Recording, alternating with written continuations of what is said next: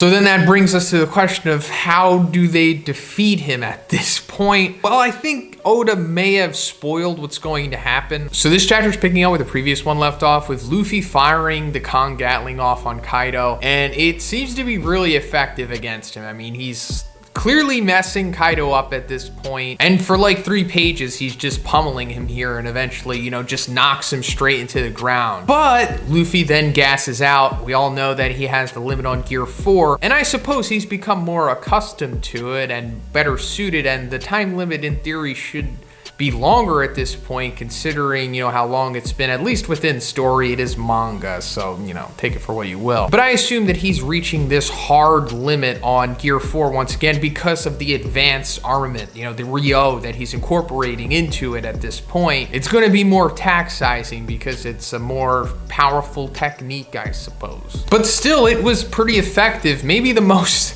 effective offense against Kaido so far. I mean, it's even like impressing Big Mom when she's like, you know what, at your limit already? That was quite the demonstration you put on. Well, anyway, Mother's Day, please. You know, it's like that meme. But Zoro grabs Luffy's gassed body and saves him from this attack. And then Kid and Killer try to keep up the momentum once again, and they're going after Kaido, not allowing him to like recover. And while this is happening, Law comes out of nowhere and hits Big Mom with a counter shot. Doesn't seem like much comes of this. I'm sure the anime will expand upon this sequence, but I guess it was just Law trying to stop her from interfering with, you know, Kid and Killer going on the offense against Kaido. But while they're going after him, Kaido gets up and does a dragon twister. And it's pretty much as Zoro describes it. He's like, are you kidding me? This guy's like a natural disaster. Because, you know, he could just summon twisters. And this causes them to get like caught in the wake of it. And Zoro winds up like letting go of Luffy's gassed body. And Kaido like straight up eats him. And then Zoro, the chat that he is like, you know, not so fast. Don't you dare go eating our captain. And then I guess he like starts charging up Haki, and Kaido then starts to notice that, oh, there is something odd about the sword that he's using. He's like, is that katana the source of that strange Haki? Then we come to maybe the best moment of this chapter, possibly, where Zoro straight up hits Kaido successfully with the black rope dragon twister, which we've seen Zoro do before in the Fishman Island arc. But this is legitimately damaging Kaido, like he is successfully cutting him, similar to how Oden did. Aside from us actually seeing it happening on the panel, Big Mom, you know, later confirms it when she's like, he actually cut Kaido. And then Kaido puts 2 and 2 together. He's like, oh, that hurts. That must be Oden's sword. So yeah, this is awesome, of course. Zoro is a beast. We all knew this, but we just really needed the proof, I suppose, that he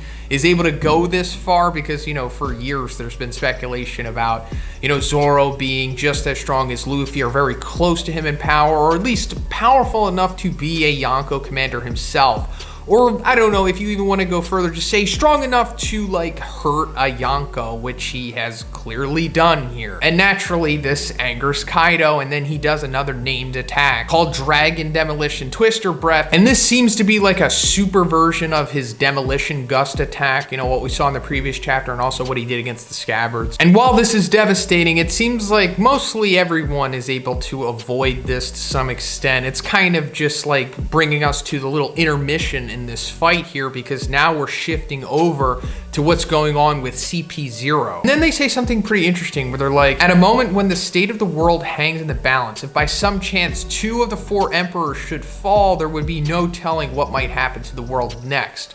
But this is an unnecessary concern. So I guess most of us have thought by now that Kaido and Big Mom are, I guess, very likely going to lose. And of course, there is no telling what might happen to the world after that. I'm thinking that, like, you know, Big Mom and Kaido losing essentially needs to happen for this arc to have like that big, you know, epic ending to it, and then lead us into the final act of the series. I mean, first of all, there's going to be a serious power vacuum since literally 2 Yonkos have just fallen. And then I suppose Luffy, Kid, and Law will replace them as like the new Yonko, or just the new emperors. In my opinion, it was always kind of heavily implied that this was going to be the future of these 3 characters, since they were all singled out and had serious spotlight, you know, since Sabaody. But another interesting thing that we're seeing in this sequence is that one of like the Biwa players is there with CP0, with the same kind of face covering that Bao Wang had, like that surveillance cat girl. So she's clearly feeding information to CP0 here, you know, she's like a surveillance camera for them. So it's possible that this is all connected to just CP0 and that they have orchestrated this whole surveillance setup within, Onigashima or just, Wano in general. Another interesting thing is that Who's Who has like the same symbol on the Biwa player's mask on his chest. So it's possible that maybe Who's Who is connected to this as well. Maybe Who's Who is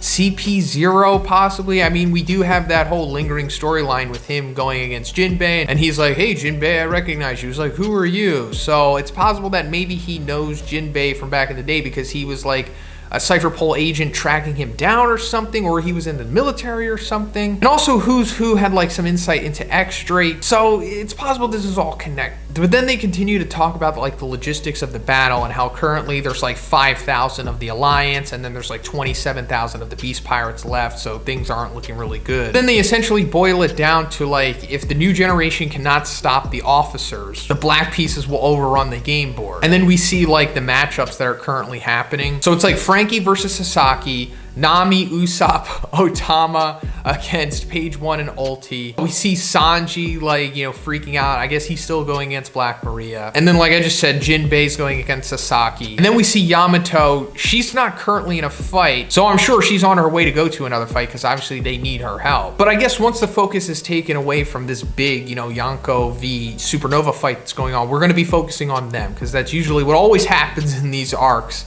The Straw Hats and the other ancillary fights are going to, take their time as well. But anyway, we're coming to the end of the chapter and we come back to the Yonkos versus the Supernovas. And then we see Kaido's hand holding his club, but his hand is all scaly. So this is obviously Kaido in his hybrid form finally. Pretty much all Zoans have this, the hybrid form, which is said to be like the strongest form of the Zoan, like the full potential. So this is Kaido essentially going full power. And I'm sure he's going to wreck everyone here. Maybe even easily. So then that brings us to the question of how do they defeat him at this point? Well, I think Oda may have spoiled what's going to happen because in the latest SBS, he was asked, I think in English, like, is Luffy going to use Gear 5? And he basically says, like, will there be 5 gears? The enemy that must be defeated now is the strongest man in the world. The world's also transitioning from 4G to 5G. G means gear, right? So does that absolutely confirm he's going to use Gear 5? I don't know. I really wouldn't be surprised. I kind of expected that because you kind of need it at this point. It's either going to be Gear 5 or Luffy's Devil Fruit Awakening. There's going to need to be some kind of power intervention at this point, right? And there's a few good excuses for Gear 5 to come in. So first of all, I think it's been like 7 years or something since Gear 4. So I think it's been more than enough time. And also now that we have the whole advanced, armament, Rio Haki embedded into Luffy's game, Gear 5 can be based around Rio. And also this is one of the biggest moments of the series. Kaido has been set up for years now. He's the biggest bad there is at this point, aside from like Blackbeard and Eam. So I think Kaido, especially in his hybrid form, is worthy of Gear 5 to be revealed and for him to be defeated by it, right? But yeah, that's pretty much it for the video today, guys. Let me know what you think about this chapter in the comments. If you liked the video, please give it a like and please subscribe if you haven't already. Have a great day. I'll see you in the next one.